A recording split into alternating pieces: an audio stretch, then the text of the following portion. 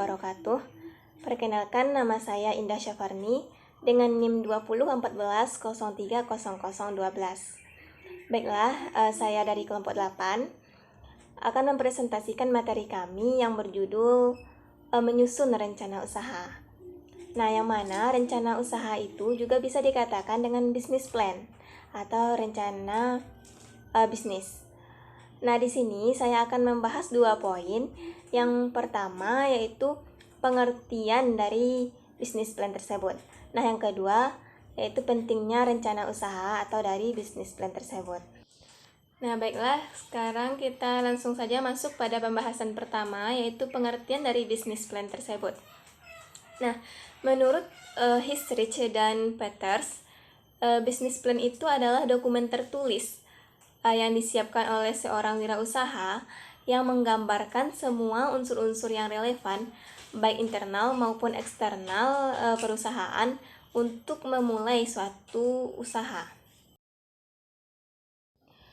Nah, sedangkan menurut Richard L. Duff dalam bukunya Manajemen menyebutkan bahwa business plan ini adalah dokumen yang merincikan detail-detail bisnis yang disiapkan oleh seorang wirausahawan sebelum ia membuka sebuah bisnis baru.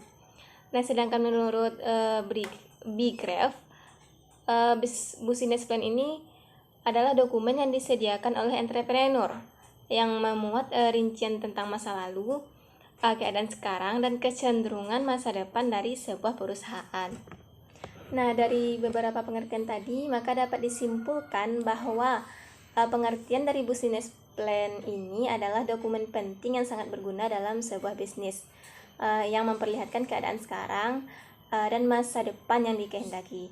Jadi, perencanaan bisnis atau usaha ini merupakan penelitian mengenai kegiatan organisasi sekarang dan yang akan datang, dan menyusun kegiatan untuk mendapatkan hasil yang diinginkan yang dituangkan dalam suatu dokumen perencanaan.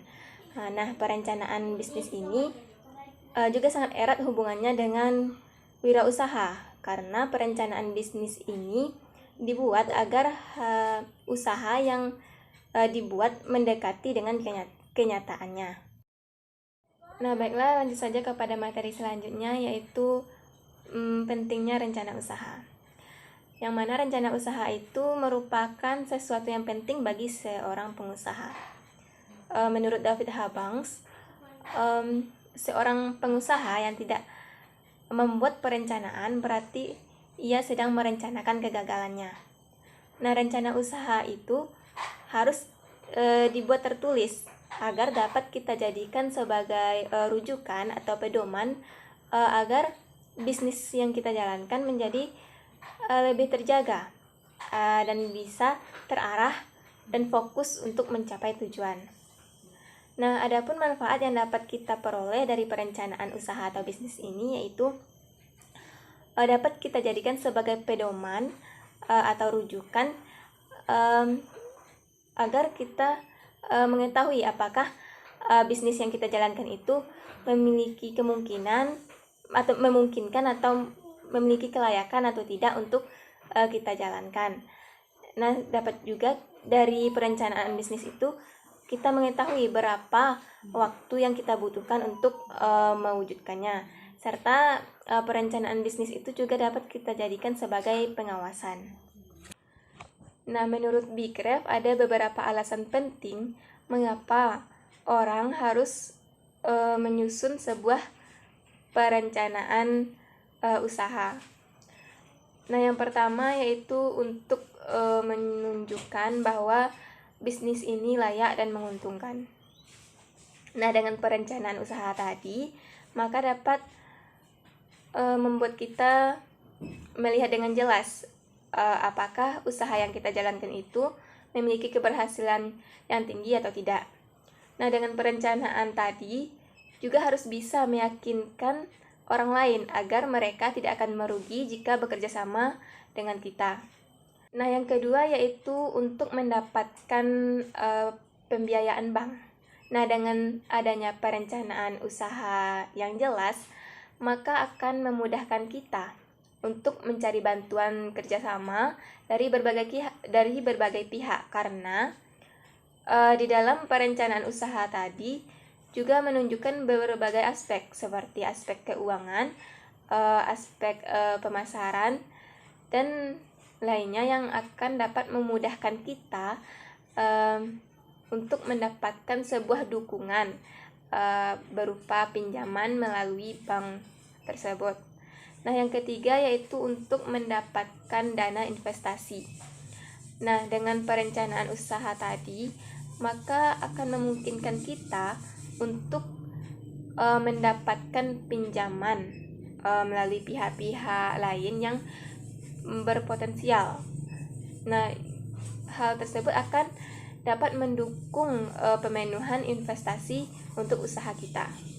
Nah, yang keempat yaitu untuk mengatur dengan siapa kita harus bekerja sama.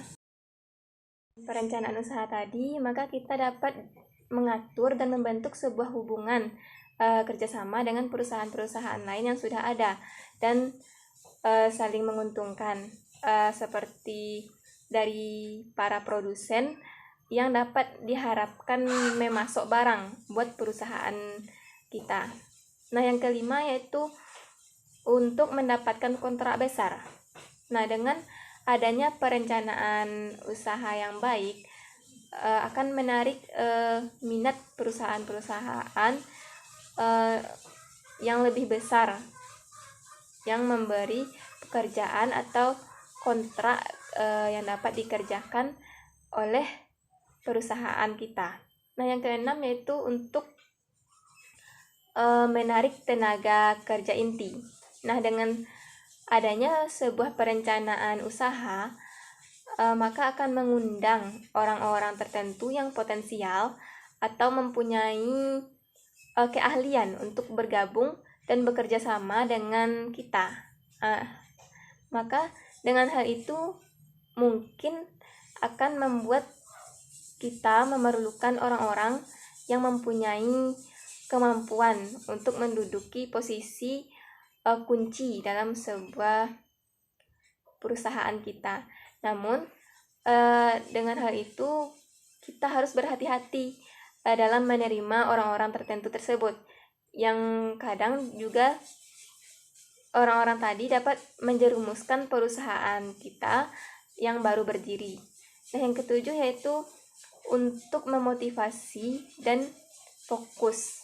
Nah, dengan sebuah perencanaan usaha, maka akan menjamin adanya sebuah perhatian yang fokus pada sebuah tujuan dari berbagai personil yang ada dalam perusahaan. Karena sebuah perusahaan yang akan tumbuh, maka makin lama perusahaan tersebut makin kompleks, sehingga business plan atau perencanaan usahanya tadi menjadi sebuah komponen yang sangat penting bagi setiap orang untuk tetap berpijak pada arah yang benar.